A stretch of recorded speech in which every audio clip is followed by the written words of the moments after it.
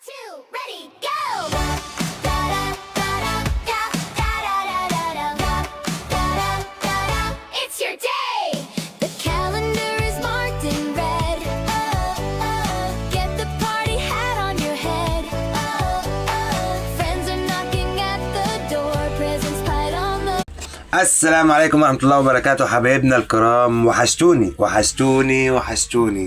طبعا حضراتكم مستنيين تعرفوا ايه المعدات المطلوبة، هصور ازاي، همنتج ازاي، الدنيا هتشتغل معايا ازاي. عايزين تضربوا لفوق.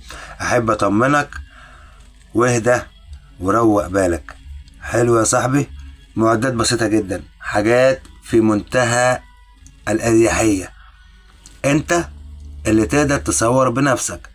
ليه؟ لان انت باصص للي اعلى منك، باصص للي صرفوا ورفعوا وجابوا معدات وجابوا ايفونات وجابوا كاميرات وجابوا. انت تبدأ بالموبايل بتاعك، الموبايل اللي معاك اللي مش عاجبك ده ابدأ بيه. جيب لمبة ليد في الغرفة اللي انت قاعد فيها، هتنور لك الشاشة وتخليها لك تمام.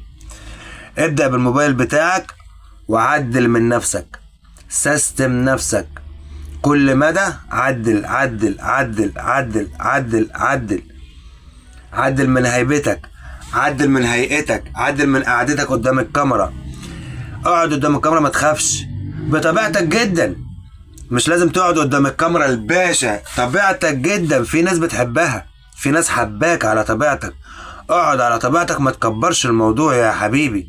الصوت الواضح اهم من التصوير بتاعك. لو انت متصور في سينما، في احسن من كده تصوير؟